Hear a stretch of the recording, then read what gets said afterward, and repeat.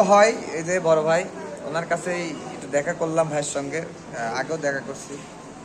অনিয়মগুলা যেটা বলবো সেটা হচ্ছে, এই যে একজন আছে আমাদের এখানে, উনি গতকালকে ভর্তি হয়েছে।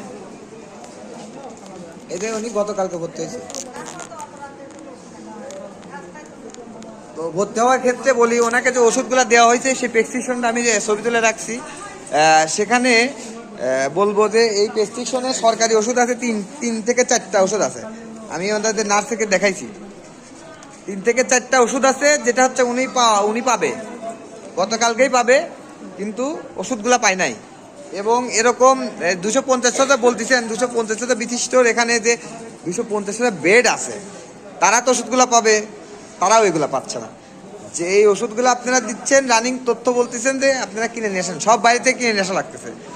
তাহলে এই যে সদর হাসপাতালে যে সরকারি হাসপাতাল যে এই ওষুধের সেবাগুলো কারা নিচ্ছে? তাহলে তাহলে এই ওষুধের সেবাগুলো আমাদের সিন্ডিকেট নিচ্ছে না? এগুলো হচ্ছে কি ম্যানেজমেন্ট অলরেডি এগুলো পাচার করতেছে।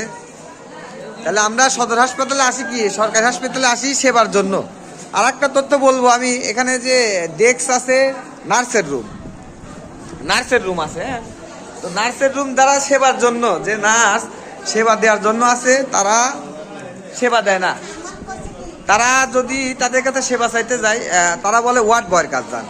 ওয়ার্ড বয়ের কাজ গেলে আবার সেটা টাকার বিষয়টা লাগে। এটা আমি বলি যে নার্সের এখানে রুম আছে, ইন্টার্নিং নার্স অনেক আছে, কিন্তু সেবা দেওয়ার মতো ব্যক্তিত্ব একজন না এখানে। তো আপনারা যারা 250টা বিশিষ্ট বেতনভুক্ত কর্মচারী নার্স, মানুষের সেবায় নিয়োজিত, তারা কোথায়? তারা কি মানে বেতনভুক্ত না? না তাদের বেতন দেওয়া হয় না? তাহলে এই যে একটা ব্যক্তি এখানে ছিল, এই মাত্র কিছুক্ষণ আগেই ছিল, তো উনি এই নিজের পাও যে সার্ভিস করবে সেটা দেওয়ার জন্য আপনার ওয়ার্ড বয়কে টাকা দিতে হবে। আর যারা সেবা দেওয়ার জন্য আছে নার্স, তাদের কি শুধু কাজ ওষুধ দেওয়া আর চলে যাওয়া? তাহলে যে সদর হাসপাতাল না, সরকারি প্রতিটা প্রতিষ্ঠানে সেবা দেওয়ার মতো লোক নিয়োগ দেওয়া আছে, তারা চাকরিরত, তারা বাসায় গিয়ে দেখেন নাক ডাকে ঘুম পাচ্ছে।